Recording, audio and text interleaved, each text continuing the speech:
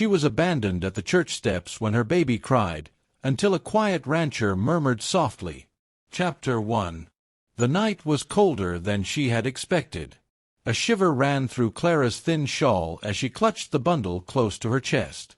The baby stirred, tiny lips parting, a soft whimper escaping. She bent her head quickly, pressing a kiss against the child's forehead. "Sure, sweet pea." "Just a little longer," she whispered, though she wasn't sure who she was trying to comfort, her daughter or herself. The church loomed tall in the moonlight, its wooden cross silhouetted against the stars. A faint glow flickered through the stained-glass windows where a single lamp burned inside. Clara's heart hammered painfully. She hadn't meant to end up here. She hadn't meant to let life batter her to this point. But when the last person she thought she could rely on had slammed the door in her face, when there was no bed to lie in and no bread to eat, desperation had walked her steps here, to the church door. The baby's soft cry pierced the silence. Clara's tears slipped free. "I'm sorry," she whispered, sinking to her knees on the wooden steps. She pressed the baby against her breast one last time, drinking in her warmth. "I don't know what else to do." Her hands trembled as she set the bundle gently down by the door. She kissed her baby's forehead again, lingering, memorizing her daughter's sweet face. Then she stood, swaying slightly, heart-shattering as she turned to walk away. The baby cried louder now, as if protesting her mother's choice. Clara bit down on her fist, her steps heavy, dragging. But she hadn't made it 3 paces when a man's shadow fell across the steps.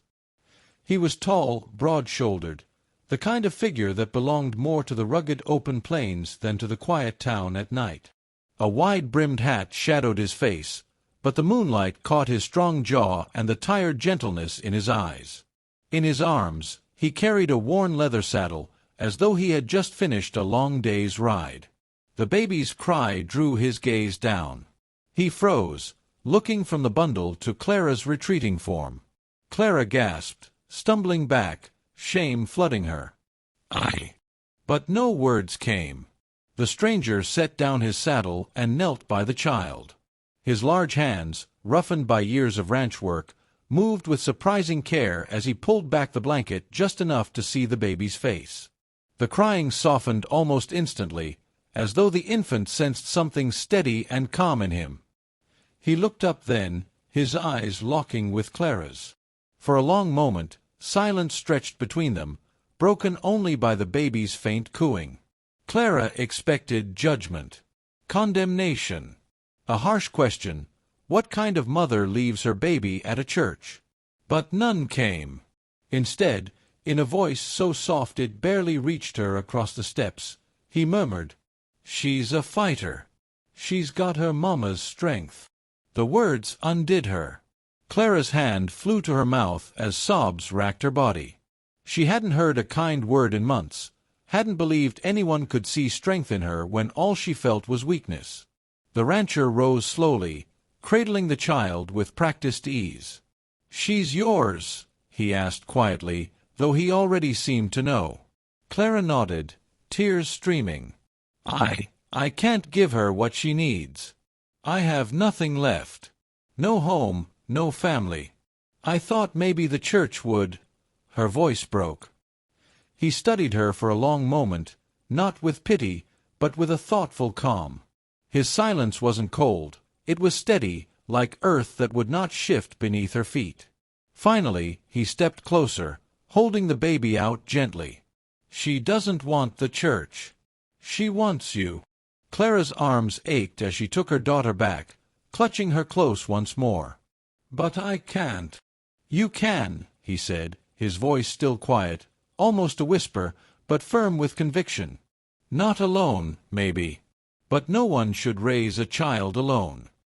She blinked at him, startled. The moonlight caught the lines on his face, the weariness that came from years of long days in the sun and nights of solitude. He looked like a man who carried his own burdens quietly, but his gaze was steady, unflinching. "I don't even know your name," Clara whispered. "Elias," he replied. "I've got a ranch west of here. Not much, but enough." A place where a little one can cry without fear of being turned away. The offer hung in the night air, unbelievable. Clara's heart twisted with fear, hope, and the weight of trust she wasn't sure she could give. But when her baby settled in her arms, blinking up at her with innocent trust, and when she looked into Elias's calm, weathered eyes, she felt something stir, something she thought had died long ago. Maybe, just maybe, she wasn't abandoned after all. The sun was barely rising when Clara awoke the next morning. She hadn't expected to find herself in a stranger's home, much less under the roof of a rancher who had spoken only a handful of words to her. Yet here she was, curled in a quilt that smelled faintly of cedar and horses, her baby sleeping peacefully beside her in a small wooden cradle that looked as though it had been built years ago and carefully kept. For a moment, Clara wondered if it had all been a dream. The church steps, the quiet man, the offer she had been too tired and too broken to refuse. But then she heard the creak of boots on wooden floors and the quiet clink of a kettle being set on the stove. Elias. The name sat on her tongue like something fragile. She rose carefully, pressing a kiss to her daughter's cheek before wrapping her shawl tight and stepping into the kitchen. Elias was there, his back to her, pouring hot water into a chipped mug. The morning light spilled through the window, catching the dust motes in the air and outlining his broad frame. He turned when he heard her, and though his face gave little away, his eyes softened. "There's coffee, if you'd like," he said simply. Clara hesitated, unused to kindness. Thank you." She sat at the rough wooden table, her fingers tracing the grain in the wood. The silence stretched, not heavy but unfamiliar. She wasn't used to silence that wasn't filled with judgment. Finally, Elias spoke. "That cradle wasn't built for your little one. Belonged to my sister's boy. He's grown now, off in the city. Left it here when she moved on. Figured it was better than nothing for the night." Clara looked down, her throat tightening. "It was more than I ever hoped for."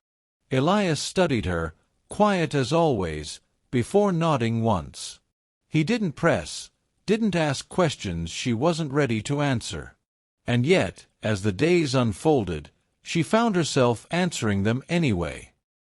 Life on the ranch was nothing like the life Clara had left behind. The small house was plain but sturdy, with wide windows that looked out over acres of land rolling toward the horizon. Chickens clucked in the yard, and a few horses grazed lazily in the pasture. It was a lonely place, perhaps, but it was honest, every board and stone bearing the mark of a man who had worked it with his own hands. Clara tried to help where she could. She swept the floors, cooked simple meals, mended what little clothing she had. At first, Elias seemed uncomfortable with her efforts, as if he hadn't expected her to give anything back. But slowly he adjusted, and the quiet between them became companionable. Her baby, their baby, as Elias sometimes called her without realizing, grew more content each day. She slept longer, smiled more, cooed at Elias when he held her in his rough hands. Clara watched, her heart swelling with emotions she could hardly name. One evening, as the sun dipped low and painted the sky in gold and crimson, Clara stepped out onto the porch. Elias was there, leaning against the railing, hat tilted low. She stood beside him, the baby in her arms. "She likes you," Clara said softly.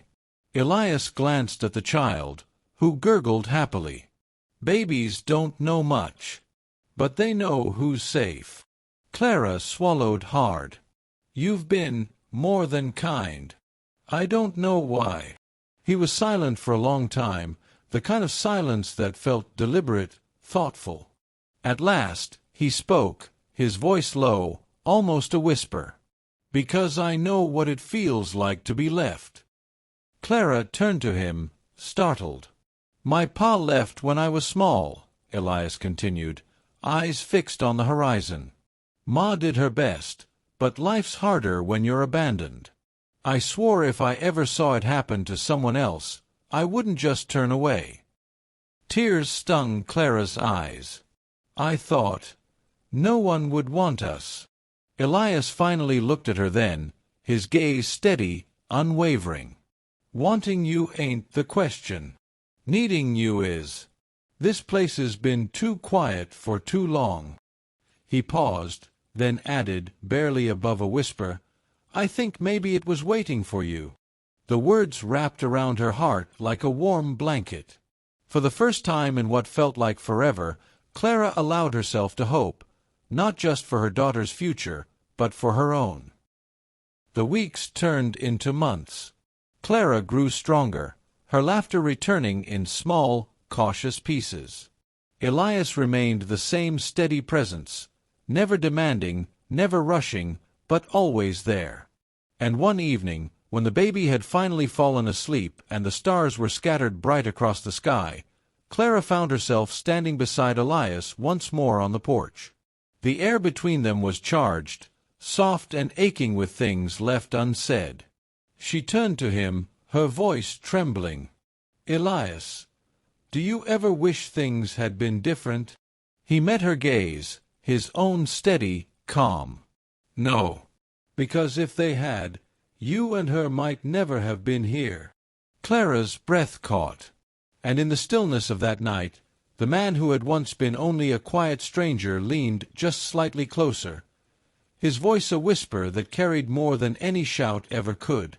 You're home now, Clara. Tears slid down her cheeks, but she was smiling.